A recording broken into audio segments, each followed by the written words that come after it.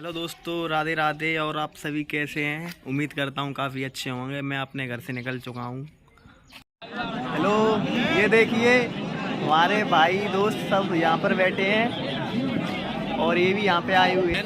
ये देखिए कितना अच्छा कह रहे हैं वो। यहाँ पे देखो हमारे सभी माननीय बुजुर्ग बैठे हुए हैं और यहाँ पे राजा जी का इंतज़ार हो रहा है। ये देखिए चारों बगल भीड़ भाड़ इकट्ठी हो चुकी है और काफ़ी सारी जनता आ रही है। देखिए बात व्यवस्था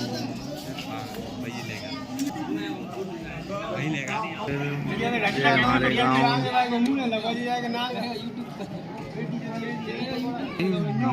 बढ़िया तो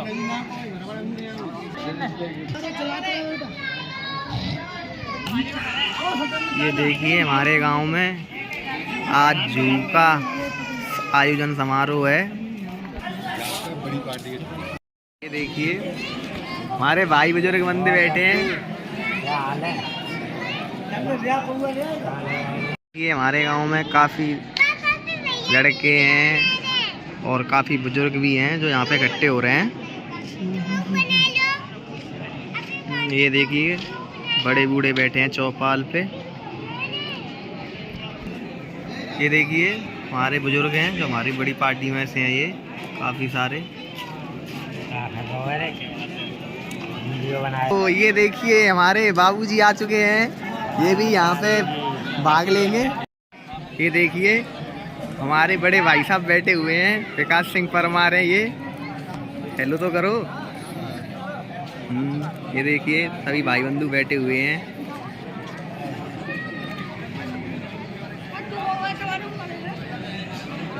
राम राम सा। देखिए हमारे गांव में राजा जी आ चुके हैं।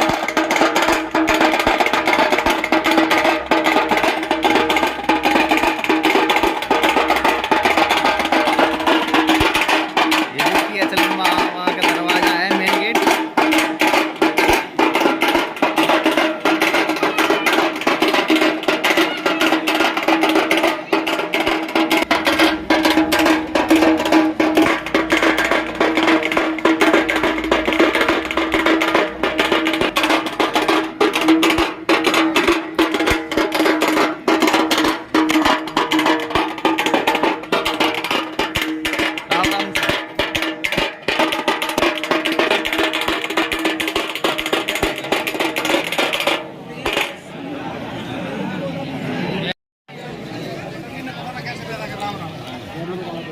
ये देखिए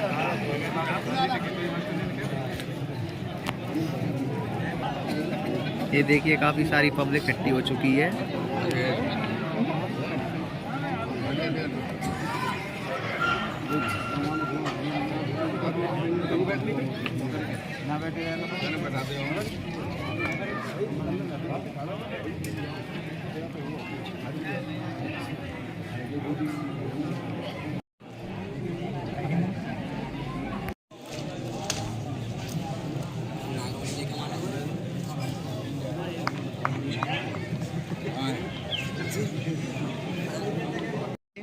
हमारे बड़े भाई हरिकृष्ण परमार हैं जो यहाँ बैठे हुए हैं और काफ़ी अच्छा लग रहा है।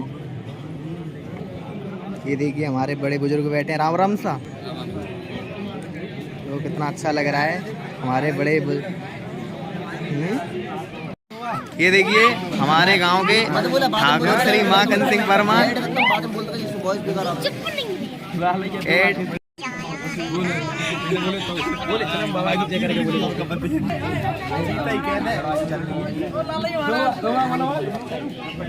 कृपया बना रखे और ऐसे जो कार्यक्रम है अपनी ग्राम सभा का, अपनी जन्मभूमि का, वो निरंतर चलता रहे, ऐसी मैं सभी से आशा करता हूँ।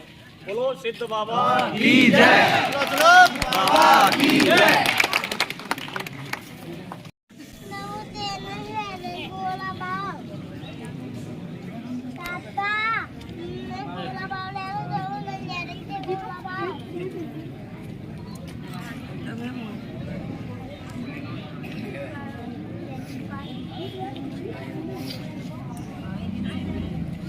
ये देखिए हमारे गांव के प्रधान जी बैठे हुए हैं।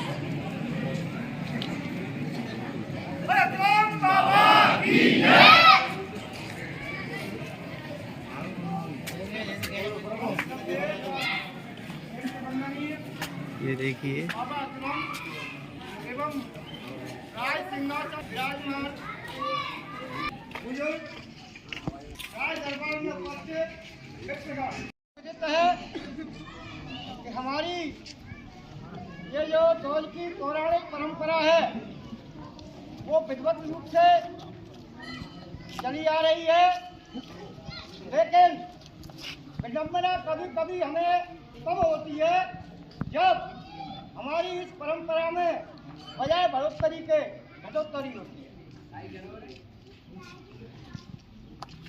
वैसे मुझे हर सबसे अधिक ये है हुआ है वो पिछले कई वर्षों की अपेक्षा काफी अच्छा रहा, लेकिन आज इतने बड़े गांव के होते हुए और एक राज दरबार है, यहाँ मुझे लोगों की संख्या कम दिखाई दे रही। इससे ये है विरुद्ध होता है कि हम लोग इस परंपरा में रुचि नहीं ले रहे। ठीक है, मैं युवाओं से ये आशा करता हूँ कि यानी परंपरा को बढ़ाएं और बुजुर्ग तो हमारे बुजुर्ग ही हैं बेचारे, पृथ्वी पर जिसका जन्म हुआ है उसे जाना है।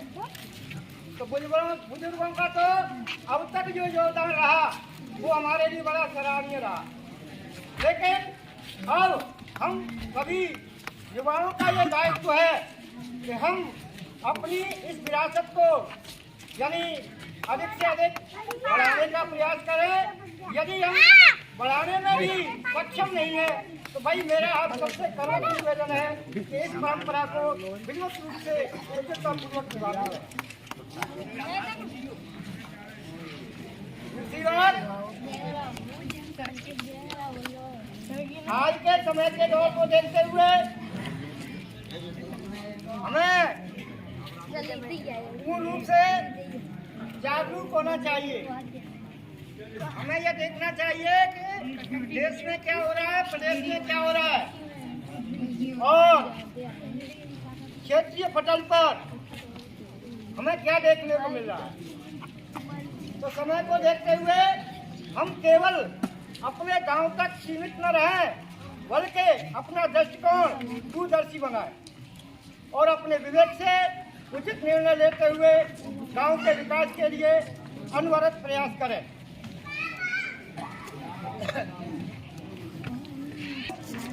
हमारा जो होली का जो त्योहार है वो अपनी सौम्यता और सौहार्दपूर्ण वातावरण में ही मनता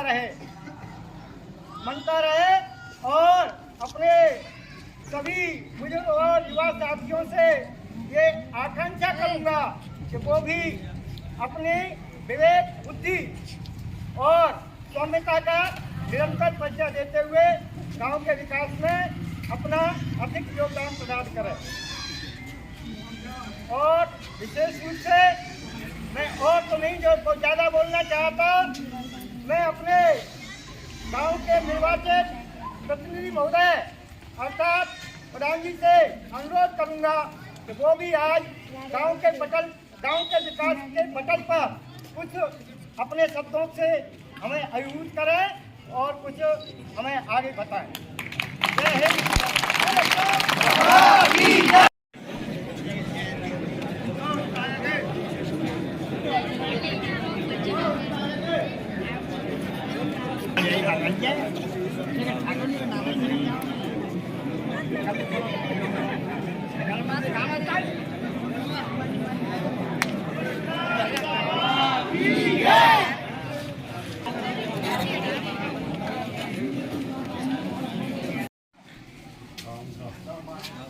आज बाबा चलम के दरबार में उपस्थित समस्त सरदारी को, समस्त बुजुर्गों को और मेरे साथी युवा भाइयों को मेरा इस ध्वज के कार्यक्रम में बहुत बहुत स्वागत, अभिनंदन और सभी को मेरा बहुत बहुत वंदन। साथियों, हमारा भी सौभाग्य है कि हमें आप लोगों के बीच में अपनी दो बात रखने का मौका मिलता है। इस मंच के माध्यम से तो इसके भी हम अपनी ग्राम के बहुत बड़े ऋणी हैं और बहुत बड़े कर्जदार हैं। साथियों, ये होली की, जैसे अभी हमारे वकील साहब ने कहा, मैं कुछ ज्यादा ना कहकर उसी परंपरा को थोड़ा सा आगे बढ़ाना चाहता हूं बस कि हमारा ये होली का त्योहार और इसका हम लोगों को बड़ा गर्व है। गर्व इस बात का है कि जो हमारे पुरखा पूर्वज इस परंपरा को हमारे सामने डाल गए, जिसको लेकर हम बड़े गर्व से पूरे क्षेत्र में कहते हैं कि ऐसी परंपराएं कहीं भी देखने को नहीं मिलती। और उन परंपराओं को यदि हम खो देंगे तो ये हमारे लिए कोई छोटा मोटा लॉस नहीं होगा। ये समझ लो कि हम अपने अस्तित्व को भी खत्म कर देंगे।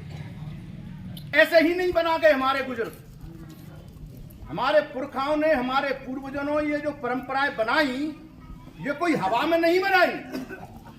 इसके पीछे बहुत बड़े गुण जिनको हम लोग समझ भी नहीं सकते, लेकिन उसमें से मैंने कुछ जाना, मैंने थोड़ा सा समझा, मैं उसको आपके सामने दो शब्दों में रखना चाहता हूं कि साथियों, सबसे पहले शाम को होली जलाई जाती है। उसका सीधा सा है कि हम पूरा समाज एक साल तक एक साथ रहकर एक गांव में रहते हैं, आपस में मिलते हैं, जुलते हैं, और कहीं ना कहीं अपने अहंकार में, अपने काम में, अपने क्रोध में, अपने आवेश में आकर हम लोगों से छोटी मोटी गलतियां भी हो जाती हैं। हम मानव है, मानव का स्वभाव है। तो स्वभाव के अंतर्गत जो कुछ छोटी मोटी भूल गलतियां हम लोगों से हो जाएं, तो उस अहंकार की, उस काम की, उस क्रोध की शाम को तीसराई लगा के होली जला दें, जिससे हमारे अंदर से संस्कारित रूपी जो प्रहलाद है, जो भक्त रूपी होली इसकी जला देंगे तो हमें भी शांति मिलेगी। और सुबह जब हम जगेंगे तो सुबह कहते हैं कि धूल की होली। तो जो अब तक एक साल में हमसे जो कुछ भी हुआ, उसमें हम सब लोग मिलकर कहते हैं कि धूल डालो। तो वो धूल की होली का मतलब यही है कि हम एक दूसरे के जो गुण दोष हुए उन पर धूल डाल दें और उस चीज को हम भूल जाएं। तो धूल डालने का मतलब कि एक दूसरे के जो गलतियां हुई, एक दूसरे से जो बुराइयां हुई, उनको भूलकर और हम लोग फिर दोबारा एक दूसरे से स्वस्थ और मन से होकर साफ सुथरे पहनकर, देखो मैं गांव की परंपरा पे जो हमारे यहाँ चलती है मैं उसको अनुराग कर रहा हूं। तो जो पहनकर हम सब लोग प्रेम का रंग, मोहब्बत का गुलाल, इन सब चीजों को लेकर एक दूसरे के ऊपर लगाएं और एक दूसरे के गले से मिलकर पुरानी चीजों को भूल जाएं। प्रेम मोहब्बत के गुलाल के साथ फिर होली मनाएं। और जो झू का त्योहार आपके यहाँ लगता है, बहुत बड़ा महत्व इसका, उसका महत्व यही है कि फिर हम सब लोग एक बार इकट्ठे हों और प्रेम पूर्वक एक दूसरे का सम्मान करते हुए, वो कोई लड़ाई का केंद्र नहीं है, वो केंद्र है एक दूसरे के सम्मान का, एक दूसरे के मोहब्बत का, एक दूसरे से मिलने का। और एक दूसरे से मिलने के द्वारा हम अपने घरों को जाएं। अब हमारा मन स्वस्थ, हमारी बुद्धि स्वस्थ, हमारा वातावरण अच्छा, और फिर आता है हमारा तोज का कार्यक्रम। और इस जब अच्छी बुद्धि से, स्वस्थ मन से, स्वस्थ विचारों से हम सब लोग आपस में बैठेंगे तो अपने गांव की उन्नति के बारे में, अपनी उन्नति के बारे में, देश की उन्नति के बारे में और अपने गांव के विकास के बारे में शुद्ध मन से विचार कर पाएंगे। क्योंकि नहीं, जब बुद्धि आएंगे तो इसीलिए इन सब परंपराओं को क्रम से हमारे बुजुर्गों ने, हमारे स्थापना देव ने इन सब चीजों को रखा। तो इन सब चीजों को, जैसे कि उन्होंने कहा कि हमको भुलाना नहीं है, हमको इन परंपराओं को जानते हुए, समझते हुए और आगे को निरंतर अपने गांव को आगे बढ़ाते रहना है। दूसरी बात, अब आते हम गांव के परमात्मा कहीं न कहीं किसी न किसी व्यक्ति को किसी न किसी रूप में कोई न कोई ताकत देते हैं, चाहे वो ज्ञान की ताकत दे दें, चाहे किसी को धन की ताकत दे दें, किसी को राजनीति की ताकत दे दें, किसी को विद्वान की ताकत, कुछ न कुछ उसके अंदर विशेषताएं परमात्मा देते हैं। ऐसा कोई नहीं होता। जरा भी व्यक्ति प्रयास करेगा, अपने देवों से जुड़ेगा, अपने व्यक्तित्व का विकास करेगा, तो परमात्मा निश्चित रूप से उसमें शक्ति पैदा करते हैं। और जब शक्ति पैदा होती है तो उस शक्ति का उपयोग केवल अपने स्वार्थ के लिए नहीं, अपने समाज, अपने गांव, अपने क्षेत्र के विकास के लिए जो भी परमात्मा शक्ति दें, चाहे धन की दें, चाहे राजनीतिक दें, चाहे मन की दें, चाहे शारीरिक दें, अपने गांव की रक्षा, अपने गांव का विकास और अपने गांव के क्षेत्र के लिए करना चाहिए। और मेरा युवाओं से अनुरोध, वैसे मैं बड़ा प्रसन्न हूं इस बात को लेकर कि कुछ समय से गांव में अपना एक विकास की, एक सिस्टम की परंपरा नई चल पड़ी है। चाहे हमारे क्षेत्र में देखो बाजार का मामला हो, चाहे अन्य क्षेत्र हो, सामाजिक सौहार्द की बात हो। और मैं बड़े गर्व से बाहर भी कहता हूं, क्योंकि मैं राजनीतिक क्षेत्र में भी थोड़ा बहुत काम करता हूं आपकी कृपा से, तो मैं बाहर भी मुझे जाना आना और बैठना रहता है, तो वहां भी मैं बड़े गर्व से कहता हूं अपनी इस बात को, गांव की बरोबर आपस में सामंजस्य और मेरे गांव की बरोबर जो आपस का मेलजोल है वो मुझे दूसरे गांव में देखने को नहीं मिलता है। वो क्या है? वो केवल इन परंपराओं के कारण। तो ये परंपराएं बुजुर्गों ने बनाई हैं। युवाओं से एक बस केवल विशेष अनुरोध कि यदि किसी को युवा किसी भी क्षेत्र में उन्नति करता है और करनी चाहिए, उसको निश्चित रूप से जो भी परमात्मा उसको जो एक्टिविटी दे, जो उसके अंदर विशेषता दे, उस विशेषता को लेकर आगे बढ़ना चाहिए। क्यों? कि उस विशेषता से केवल उसी का नाम नहीं होता, उसके परिवार की ही उन्नति नहीं होती, गांव की भी नाम होता है, गांव की भी उन्नति होती है और पूरे क्षेत्र का भी विकास होता है। इन्हीं सब शब्दों के साथ मुझसे कोई गलती भी हो क्षमा प्रार्थी हूँ। जय हिंद, जय भारत, भारत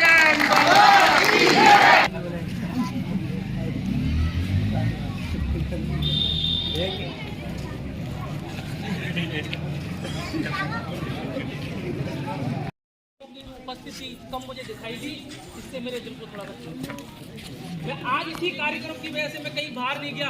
आज मेरे परिवार के लोग, मेरे गांव के लोग, मैं इस गांव को पूरे को परिवार मानता हूं, इस परिवार के लोग मेरे यहाँ उपस्थित होंगे, सभी से मेरी राम राम प्रणाम होगी। और मैं अपनी बात बुजुर्गों के को साक्षी मानते हुए मैं युवाओं तक पहुँचाने की बात करूँगा। लेकिन ये जो आज परंपरा में थोड़ी सी कमी दिखाई दी, पूर्व में भी आप सभी ने कहा, ये सारी चीजें सोचने के, इस पर विचार करने योग्य हैं। ये बात सत्य है कि परंपराएं यूं ही नहीं बनती। परंपराएं बनाने के लिए बुजुर्गों ने शायद जाने कितना कुछ किया होगा, तब ये परंपराएं यहाँ पे बनाई गई होंगी।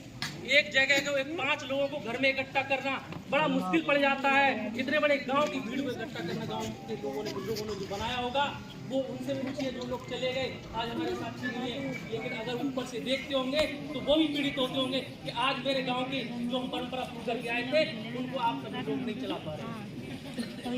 मैं कोई राजनीति या किसी की बात नहीं करूंगा, लेकिन गांव के विकास को लेकर के मेरी कई सारी बातें थी। अगर मेरे गांव के बुजुर्ग सभी मुझे अनुमति दें तो मैं युवाओं तक एक बात आप सभी को साथी मान करके मैं कहना चाहता हूँ। अपने गांव में ये सारी प्रथाएं चल रही हैं, इन कमियों को देख के तो पीड़ा हो रही है, लेकिन मैं तो कुछ और नई शुरू करने के लिए सोच रहा था कि हमारे गांव के जितने भी युवा हैं, जो लोग हैं, अपने गांव के प्रतिवर्ष में जो भी समय गांव के लोग निश्चित करें, हमारे गांव के युवाओं के लिए खेल के कार्यक्रम भी किए जाने चाहिए, जिससे गांव के लड़के खेल करके, उनकी काउंसलिंग हो करके वो लोग बाहर जिले लेवल पर, स्टेट लेवल या इंडियन लेवल पर जो खेल के अपने गांव का भी नाम रोशन कर सके। मैं सभी से अनुरोध करना चाहता हूँ, आप सभी लोग और युवा लोग इस पहल करें कि आप सभी लोगों के लिए साल में वो गांव के उसके बजट की भी व्यवस्था कहीं ना कहीं, मैं भी अपनी बात कर रहा हूँ, मेरे अंशदान में जो आएगा मैं उनको देने का कार्य करूंगा जितनी मेरी क्षमता है। बाकी अगर कोई प्रयास होता है तो उसके बजट की कभी कमी नहीं आती। हमारे गांव की संख्या, हमारे गांव की आबादी इतनी बड़ी है कि कोई कार्यक्रम का बीड़ा अगर कोई उठा लेगा वो कभी पीछे नहीं रहेगा, इस बात की मैं शायद मुझे उम्मीद है। दूसरा मैं एक निवेदन करना चाह रहा हूँ, अभी बात हुई कुछ समय पहले सरेली गांव में लगा था कि गांव का बाजार उखड़ करके यहाँ से जा रहा है। लेकिन उसके बाद जब अब गांव में जो बाजार की वृद्धि हुई है उसको देख करके बड़ा मन खुश होता है कि हमारा गांव इतना विशाल है, और विशाल होने के बाद में गांव में जो बाजार की स्थिति है कि अगर छोटी मोटी शादी ब्याह या किसी चीज की आवश्यकता है तो हमारे गांव में उपलब्ध है। तो इसी बाजारवाद को बढ़ाने के लिए हम सबको एक चीज और सोचनी पड़ेगी कि गाँव में, अपने गाँव में हमें खुद निर्यात की भी व्यवस्था, हमारे गांव में बहुत सारी चीजें जो है हम लोग गृह उद्योग को थोड़ा थोड़ा, हमारी जितनी माताएं बहनें या युवा लोग जिस चीज में निपुण है, कोई चीज बनाने में अगर निपुण है तो बना करके चाहे छोटे स्तर से बनाए, वो अपनी मार्केट तक पहुंचाने का काम करें। और मेरा अभी सभी खरीदारों से भी ये निवेदन है कि बाहर में पैसा खर्च करने के बजाय जितनी क्षमता आपकी है, अगर आपसे मोल भाव में अगर ज्यादा डिफरेंस नहीं है तो अपने गाँव से खरीद करें। जैसे आत्मनिर्भर भारत के लिए सरकारें प्रयास कर रही हैं, ऐसी आत्मनिर्भर गांव के लिए हमें प्रयास करना पड़ेगा। हम लोग अपने 100-200 रुपए के प्रलोभन से अपना पैसा हम लोग बाहर लेके आते हैं। पहले हमें गांव की बात करनी पड़ेगी, उसके बाद हम लोग ब्लॉक की बात कर सकते हैं, उसके बाद हम तहसील की या स्टेट की बात कर सकते हैं। पहले हमें गाँव मजबूत बनाना पड़ेगा। मैं सभी माता बहनों से निवेदन और करना चाहता हूँ, आपके पति तो कार्य कर ही रहे हैं, लेकिन आपके अंदर योग्यता किसी चीज की, कुकिंग के बनाने की, कोई सामान की, जैसे आजकल बहुत सारे पापड़ चिप्स वगैरह ये सब मैं देखता हूँ, बाहर राज्यों में जाता हूँ, बहुत सारे गांव इतने सक्षम है, कुछ नहीं है तो बुनकर जिसमें बुनाई में, कढ़ाई में अगर वो निपुण है तो वो अपना प्रोडक्ट बना करके अपनी बाजार में जहाँ तक वो पहुँचा सकती है, वो पहुँचाती हैं। और मेरा सभी से आग्रह ये भी है, जो अपने व्यापारी समुदाय के लोग हैं, वो अगर ये बनाने का कार्य शुरू होता है गाँव में तो खरीदने का कार्य वो लोग करें। इससे हमारा गाँव आत्मनिर्भर बनेगा। मैं तीसरी बात एक और कहना चाह रहा हूँ, हमारे गांव में शिक्षा को लेकर के अभी जागरूकता थोड़ी सी कम है। बाहर के लोग जब हम अपने दैवी की ब्लॉक में जाते हैं, कोला ब्लॉक में जाते हैं, हमारे वहाँ की जितने भी सरकारी उसमें हैं, विभागों में, उन लड़कों की आप जा करके काउंसलिंग कर, कितने लोग वहाँ लगे हुए हैं। हमारे गांव से स्थिति आज इतनी है कि हम लोग जनसंख्या के आधार पर देखें तो 2% शायद हम लोग सरकारी नौकरियों में पहुँच पा रहे होंगे। तो हमारे युवाओं से मेरा सभी से ये निवेदन है कि सारी चीज़ें भूल करके अपन लोग ज्यादा से ज्यादा प्रयास करें। आप बहुत जल्दी थक जाते हैं, क्यों थक जाते हैं? क्या अभी आपकी उम्र वो हो गई है? मैं सभी से निवेदन करना चाह रहा हूँ, आप लोग भरपूर प्रयास करेंगे तो कहीं न कहीं किसी विभाग में आप जरूर लग जाएंगे।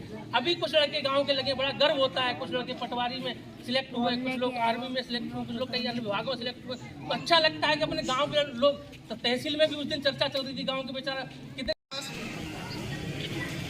मेरे दादा और पिता तुल्य वृद्धजन और मेरे युवा साथियों और मेरे बड़े भाइयों, जैसे कि मैं भी गांव से बाहर कहीं रहता हूं, आरएसएस का एक विद्यालय उसमें मैं भी कार्य कर रहा हूं।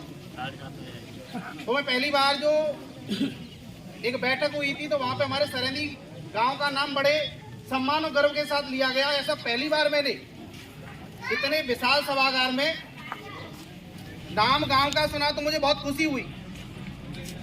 और आचार्य जो गण थे वो उन्होंने भी कहा कि आप ऐसे गांव से हैं, जैसे गायकी के क्षेत्र में अगर नाम करें तो पातीराम बाबा के भजनों का जिक्र आता है। तो हालांकि मैं नहीं जानता हूं, उनके एक दो पंक्ति को ही बस समझ पाया। और हमारे जो एक बड़े भाई से के समान थे, और मेरे मन में भी आशा हुई कि उनका जो भी लेख है, काव्य संकलन है, उस काव्य संकलन को अगर अब भी आगे बढ़ाया जाए तो हमारी जो धरोहर है वो आगे तक, यह परंपरा हमारी जो नई जनरेशन आ रही है वो आगे उसको फॉलो करते रहेंगे, समझ सकेंगे कि हमारे ऐसे गांव में ऐसे भी लोग थे और उनके अंदर भी इतनी क्षमता थी कि आज हम इस बड़ी परंपरा का बड़े हर्ष और उल्लास के साथ हम इसको संचालन कर रहे हैं। अभी 2-3 लोगों ने के लिए और भाई साहब ने भी कहा, लेकिन एक कहावत है कि एक लिखा 100 वक्का बराबर होते हैं। लेकिन मैं आपसे यह प्रश्न जानना चाहता हूं कि मुझे इतना ज़्यादा अनुभव नहीं है राजनीति के क्षेत्र में, कि क्या हमारी जो पंचायत या जो समिति है, क्या ये रजिस्टर्ड है या क्या ये लिखित में है? अगर किसी व्यक्ति को कोई परेशानी होती है तो वो किसके पास आए? इसके अध्यक्ष हैं, उपाध्यक्ष हैं, सदस्य हैं, जिन कार्यों से जिस कार्य को वो कर सकते हैं, तभी ऐसे जो कार्य हैं उन कार्यों की कल्पना की जा सकती है और उन कार्यों को साकार रूप भी दिया जा सकता है। जैसे बात आती है हमारे युवा क्षेत्र के, जैसा मैं देख रहा हूँ हर क्षेत्र में आगे धीरे धीरे बढ़ते जा रहे हैं, लेकिन ऐसा एक मिलन समारोह होना चाहिए, चाहे हमारे गांव के प्रधान हो, या अन्य कोई क्षेत्र के अधिकारी हों, उन लोगों के लिए आगे बढ़ रहे हैं, उत्साहवर्धन के लिए उनका सम्मान समारोह होना चाहिए, जिससे कि जो छोटे देखेंगे, जो भी लगे नहीं है, उनके अंदर भी हर्ष उल्लास जागेगा। और बात पैसे की नहीं होती है, बात होती है उनके सम्मान की, गर्व की। तो इसीलिए मेरा आप सभी से अनुरोध है, भाइयों से या बुजुर्गों से, अगर यह हमारी समिति रजिस्टर्ड नहीं है, अगर हो सकती है तो रजिस्टर्ड करें। जो जिस पद के दावेदार हैं, अधिकारी हैं, जिस समिति के सदस्य बनने योग्य हैं, उनको अगर बनाया जाएगा तो हर व्यक्ति, जैसे थाने में जाने की जरूरत नहीं पड़ेगी। कोई बात होती है किसके पास जाए? और राजा जी तो इनके बारे में भी सोच करके मैं सोचता हूँ कि आज के दिन राजा जी को सम्मान देते हैं लोग, लेकिन इसके बाद राजा जी का कहीं नाम नहीं है। अरे क्या केवल नाम से कहीं काम होता है? अरे उसके लिए हम सभी लोगों को सहयोग, मदद, क्षमता के अनुसार अरे किसी की नहीं तो सम्मान तो कर सकते हैं। क्या कोई राजा जी के पास आता है? क्या राजा जी के पास में ऐसे कुछ अधिकार दिए हम लोगों ने, या हमारे जो परंपरा चली आ रही है बुजुर्गों ने? अगर इस परंपरा को कायम रखना है, आगे तक ले जाना है, तो हमें कुछ परिवर्तन करने होंगे, बदलाव लाने होंगे, तभी ये आगे तक बढ़ेगी। मैं भी आया, मैंने भी देखा, 4-6 साल से लगातार मैं देख रहा हूं, लेकिन लगभग 60 या 70% लोग आज अनुपस्थित हैं। जैसे मैं पहली बार आया था, जो मुझे याद है, जब से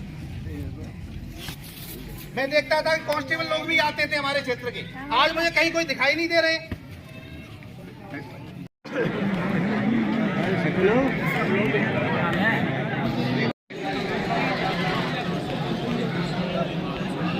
तो देखो बड़े बूढ़े बैठे हैं जो हमारे, मालूम दिख जाते समझ में लेता।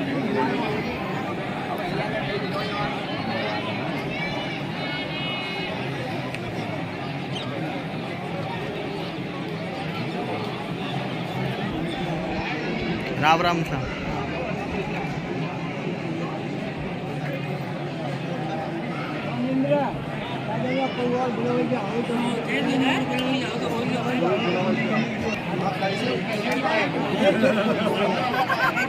नेते देखियो ना,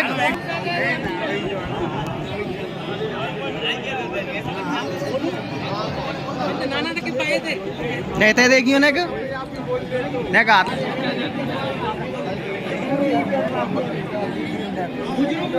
ठीक है। कोई चाहता है अपने विचार रखना चाहता हो तो बुजुर्ग लोग कह रहे हैं कि अपने विचार रखें, नहीं तो फिर राजा जी का तिलक किया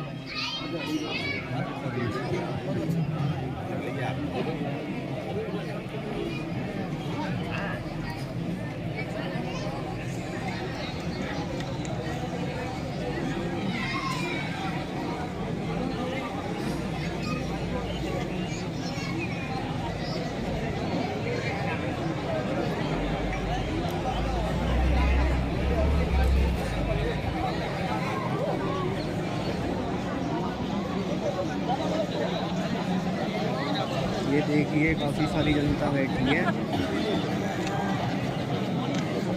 देखो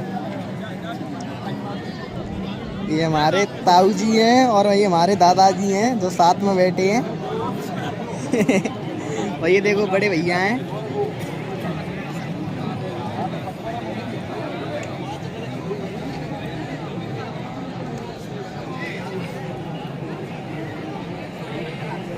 ठीक है।